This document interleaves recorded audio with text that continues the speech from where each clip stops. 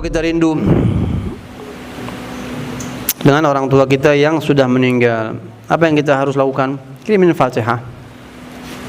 Ya, kirimin Al-Fatihah. Doain mereka. Kalau ente ada kesempatan ziarah, bacain surat Yasin. Disebutkan dalam riwayat bahwasanya orang yang telah meninggal dunia itu tidak ada yang lebih membahagiakan dia kecuali diziarahi oleh orang yang dia cintain, oleh orang yang dia senengin.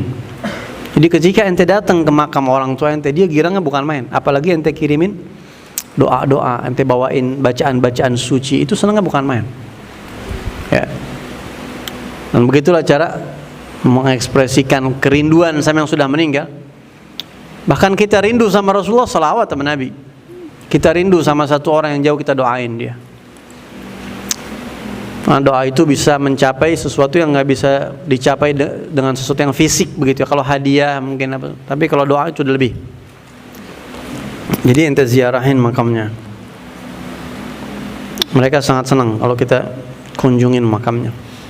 Bahkan anda baca di kitab Tajul Aras Al-Habib Ali bin Husain itu Al-Antas, beliau mengatakan, menukil ucapan salah satu ulama, anda lupa, bahwa kubur, makam adalah simbol kehidupan orang-orang terdahulu. Mereka ada di situ.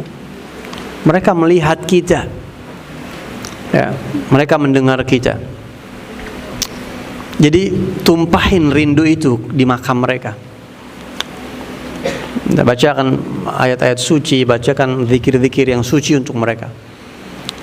Sebagaimana kubur adalah simbol fulan, kehidupan si fulan, begitu juga Ka'bah. Itu adalah tempat-tempat untuk kita menumpahkan kerinduan kepada Allah. Ya, makam Nabi Muhammad SAW, ya, dan juga makam Ibrahim, Hajar Aswad, itu semuanya tempat-tempat untuk kita menumpahkan, mengekspresikan rindu kita kepada Allah, ya, rindu kepada Rasul, ya, dan seterusnya.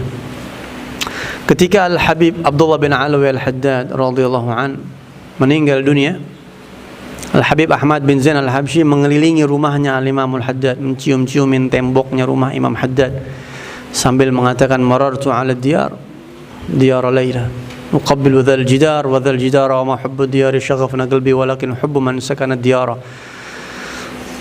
Mencium batu apa? Nisan, apa? Nisan itu ya. Itu juga sebenarnya ekspresi rindu. Secara hukum fikih makruh mencium batu nisan, musab. Tapi kalau orang udah kebawa rindu, apa aja udah hilang hukum ente. Ya. Asy-Syaikh Bafadhal, pengarang kitab Muqaddimah Hadramiyah, beliau mengatakan makruh hukumnya mencium batu kubur. Tapi ketika ziarah ke Al-Faqih Al-Muqaddam, dia cium tuh, dia usap. Apa kata dia? Ghalabani Alul Faqih, keluarga besar Al-Faqih Al-Muqaddam mengalahkan saya. Secara fatwa saya katakan memang makruh, tapi saya kebawa, saya nggak kuat ketika ziarah ke makam beliau. Kebawa. Kalau orang dulu dapat surat dari kekasihnya, surat.